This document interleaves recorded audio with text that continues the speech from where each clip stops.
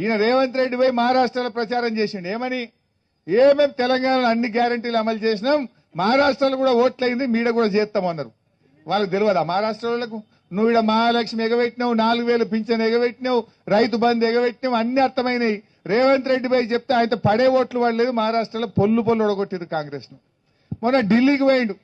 ఢిల్లీకి పోయి ఇక చెప్పిండు ఏ తెలంగాణలో అన్ని చేసినా మమ్మల్ని గెలిపిరి ఢిల్లీలో కూడా అన్ని చేస్తా అన్నాడు ఇక ఢిల్లీలో ఓడగొట్టిరు కదా అంటే ఉత్తగా ఓడగొట్టుడు కాదు 80 సీట్లలో 77 సీట్లలో డిపాజిట్ వీకింది 77 సీట్లలో డిపాజిటే వీకింది ఇక ఒక్క సీటు గెలవలే అంటే నీ పటారు ఏ పాటిది నువ్వు ఇంట గెలిచి రచ్చ గెలువు ఈడ మా ఆర్ఎంపీలకు ఇచ్చిన మాట నిలబెట్టుకో మా అవ్వ తాతలకు ఇచ్చిన మాట నిలబెట్టుకో రుణమాఫీ పూర్తి చేయి ఇక్కడ నువ్వు ప్రజలకు ఇచ్చిన పని చేయి నువ్వు ఫస్ట్